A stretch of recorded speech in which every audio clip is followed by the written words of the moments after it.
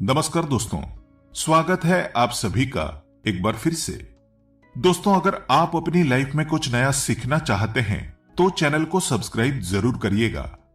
अगर आप माता रानी से सच्चा प्यार करते हैं तो कमेंट बॉक्स में लिखें जय माता रानी। आपका स्वागत है हमारे घर में। माता रानी के लिए एक लाइक तो बनता है।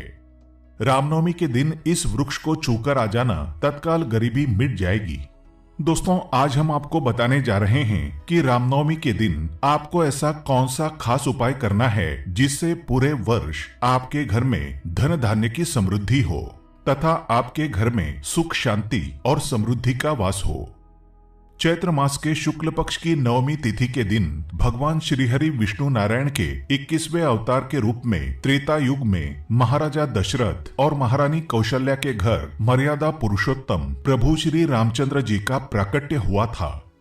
रामचरितमानस में तुलसीदास जी ने लिखा है कि नवमी तिथि मधुमास पुनीता शुक्ल पक्ष अभिजीत हरिप्रीता, यानी चैत्र मास के शुक्ल पक्ष की नवमी तिथि के दिन ठीक मध्याह्न के समय अभिजीत मुहूर्त में श्री रामचंद्र जी का प्राकट्य हुआ था। इसलिए इस दिन को सबसे खास माना जाता है। रामनवमी के दिन अगर आप कुछ पेड़ पौधों को छूकर आते हैं तो तत्काल गरीबी मिट जाती है।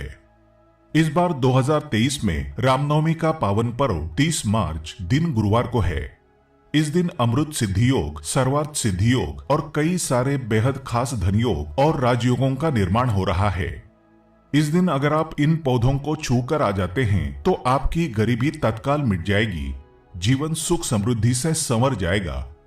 ऐसा क्यों? तो दोस्तों, हमारे सनातन धर्म में देवताओं के अनेक स्वरूप बताए गए हैं।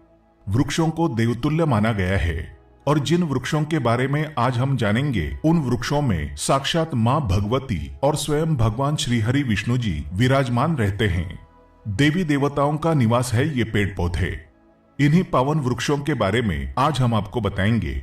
आपको केवल इनको रामनवमी के दिन छूकर आ जाना है। इन्हें देखने मात्र से व्यक्ति करोड़पति बन जाता है, उसकी गरीबी तत्काल मिट जाती है।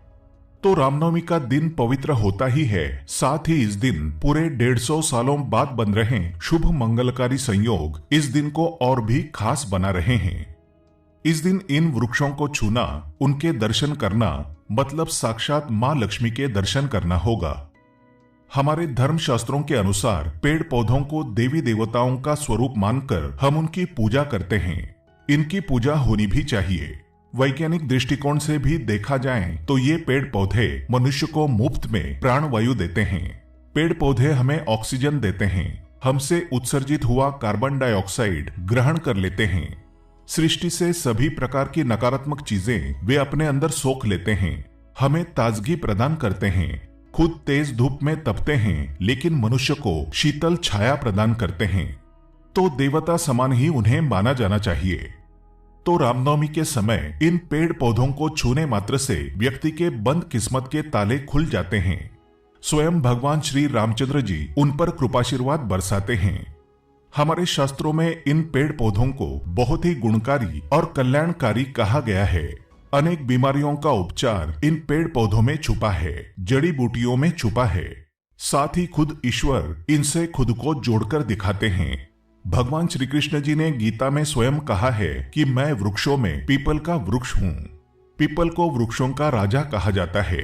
पीपल वृक्ष की आयु सबसे अधिक होती है, तो स्वयं भगवान अपनी तुलना वृक्षों से करते हैं। यह है इनका महत्व। इन्हें साधारण ना समझें। तो रामनवमी के दिन किया जाने वाला ये महत्वपूर्ण उपाय है। आगे आप जानेंगे कि वो कौन से ऐसे वृक्ष हैं जिन्हें छूने मात्र से आपके जन्म जन्मांतर की गरीबी तत्काल मिट जाएगी। ये वृक्ष मनुष्य के सभी प्रकार के कष्टों को दूर करते हैं। मानवता के लिए ये वरदान साबित हुए हैं और खास करके रामनवमी के दिन इनमें अद्भुत शक्ति आ जाती है, क्योंकि नवरात्रि की शुरुआत से लेकर रामनवमी तक के काल को शक्ति का पर्व कहा जाता है। इस दिन माता आदिशक्ति के 90 स्वरूप मां सिद्धिदात्री का भी पूजन किया जाता है। इसी दिन कन्याओं का भी पूजन किया जाता है। इसलिए रामनवमी का दिन बहुत ही गुणकारी, लाभदायक और कृपा बरसाने वाला माना जाता है। इस दिन सभी पेड़ पौधे चैतन्य अवस्था में होते हैं।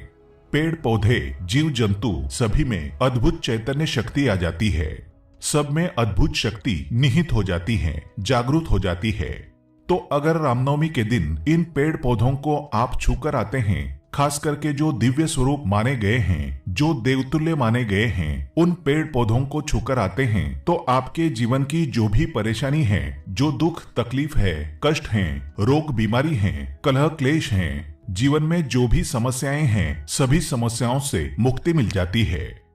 आगे बढ़ने से पहले आपसे रिक्वेस्ट करते हैं कि वीडियो को लाइक जरूर करिएगा, दोस्तों को शेयर कर दीजिएगा, और अगर आपने अभी तक चैनल को सब्सक्राइब नहीं किया है तो चैनल को सब्सक्राइब करके बेल आइकन जरूर दबाइएगा। दोस्तों, अगर आज की वीडियो पूरी नहीं देखी तो सारी जिंदगी आपको पछताना पड़ेगा, क्योंकि आधे अधूरे ज्ञान हमेशा खतरनाक साबित होते हैं। इसलिए कभी भी पूरा ज्ञान अवश्य लें। हमारा मकसद है जनहित यानी जन कल्याण करना। हमारे द्वारा बताए गए उपायों से आपको लाभ मिलता है तो हमें बेहद खुशी मिलती है, पुण्य मिलता है। हम आपको सरल से सरल उपाय बताते हैं जो रामबाण की तरह काम करते हैं। दोस्तों, जिन वृक्षों के बारे में, जिन पौधों के बारे में हम बताएंगे वो आपके घर के आसपास आसानी से मिल जाएंगे। आप इन वृक्षों को अपने घर के आसपास देख सकते हैं। ये वृक्ष बहुत ही सौभाग्यशाली है। अब जान ले उन वृक्षों के नाम जिनको आपको छूकर आना है। इनकी पूजा भी जरूर कर लेनी चाहिए। छूकर आना है और पूजा भी कर लें तो आपको ज्यादा लाभ होगा। दोस्तों, पहला वृक्ष है बेल का वृक्ष। बेल के वृक्ष को छूने से हमारी गरीबी मिटती है, क्योंकि इसे बहुत ही पावन और पवित्र बताया गया है। बेल के वृक्ष में माता पार्वती और भगवान भोलेनाथ का वास होता है। इसमें भगवान श्रीहरि विष्णु जी का वास होता है। रामनवमी का दिन प्रभु राम जी को समर्पित होता है। साथ ही ये माता सिद्धिदात्री का भी दिन होता है। इसलिए इस देवतुल्य वृक्ष को, बेल के वृक्ष को छूने मात्र से आप पर समस्त देवी देवताओं की कृपा बरसेगी। तो ये अगर शिव मंदिर के आसपास मिल जाएं, आपके घर के आसपास मिल जाएं, तो जरूर इसे छूकर आ जाना। इस वृक्ष की डाली में माता पार्वती, जड़ में ब्रह्मा, तने में विष्णु एवं समस्त जो हिस्से हैं उनमें भगवान शंकर बसते हैं। तो आपको रामनवमी के दिन संध्याकाल के समय में शिव मंदिर के पास कहीं ये वृक्ष मिल जाए, वहां जाकर छुएं। उसके नीचे एक घी का दीपक जलाएं, धन वृद्धि की प्रार्थना करें। इससे व्यक्ति धनवान, गुणवान और पराक्रमी बनता है। व्यक्ति के सभी प्रकार के मनोरथ पूर्ण हो जाते हैं। हमारे धर्मशास्त्र कहते हैं कि रामनवमी के दिन यदि कोई भी व्यक्ति बेल के वृक्ष को मां आदिशक्ति का स्वरूप मानकर छूता है तो तत्काल उसकी गरीबी मिट जाती है। अगला पेड़ है तुलसी। तुलसी हर घर में होती है। तुलसी के पौधे में भगवान विष्णु जी स्वयं वास करते हैं, साथ ही माता लक्ष्मी जी वास करती हैं। इसलिए इसे सबसे पवित्र माना गया है। इस दिन आपको तुलसी को जरूर छूकर आ जाना चाहिए। नवरात्रि के समय काल में देवी देवता स्वर्ग से पृथ्वीलोक पर आ जाते हैं। माता तुलसी में इन दिनों में अद्भुत शक्तियों का वास होता है। वैसे इन्हें लक्ष्मी स्वरूप माना गया है, हरि वल्लभा कहा गया है। इसलिए तुलसी को छूकर जरूर आ जाना चाहिए। रामनवमी के दिन तुलसी को छूने से गरीबी मिटती है, व्यापार चलता है, कारोबार चल पड़ता है, निपुत्रिकों को संतान की प्राप्ति होती है। अविवाहित जातकों के विवाह में देरी हो रही है तो वो विवाह जल्द हो जाते हैं। दोस्तों, अगला वृक्ष है केले का वृक्ष। केले के वृक्ष में भगवान श्रीहरि विष्णु और मर्यादा पुरुषोत्तम श्री रामचंद्र जी वास करते हैं। केले के पेड़ को छूने मात्र से गरीबी मिट जाती है। केले के पेड़ आसानी से आपके घर के आसपास मिल जाएंगे। आप रामनवमी के दिन केले के वृक्ष को, केले के पेड़ को छूकर जरूर आएं। इससे आपकी गरीबी तत्काल मिट जाएगी, सारी किल्लत कोसों दूर चली जाएगी। केले के पेड़ को बहुत ही पवित्र माना जाता है। अगर आपका कोई भी काम नहीं बन रहा है, कारोबार में वजूद नहीं बन पा रहा है, किसी भी काम में आपको कामयाबी नहीं मिल पा रही है, तो रामनवमी के दिन केले की जड़ को जरूर अपने घर लेकर आ जाना, तत्काल गरीबी मिट जाएगी। अगला है शमी का वृक्ष। ये भी आपको आपके घर के आसपास आसानी से मिल जाएगा। इसे भी छूने मात्र से गरीबी मिटती है।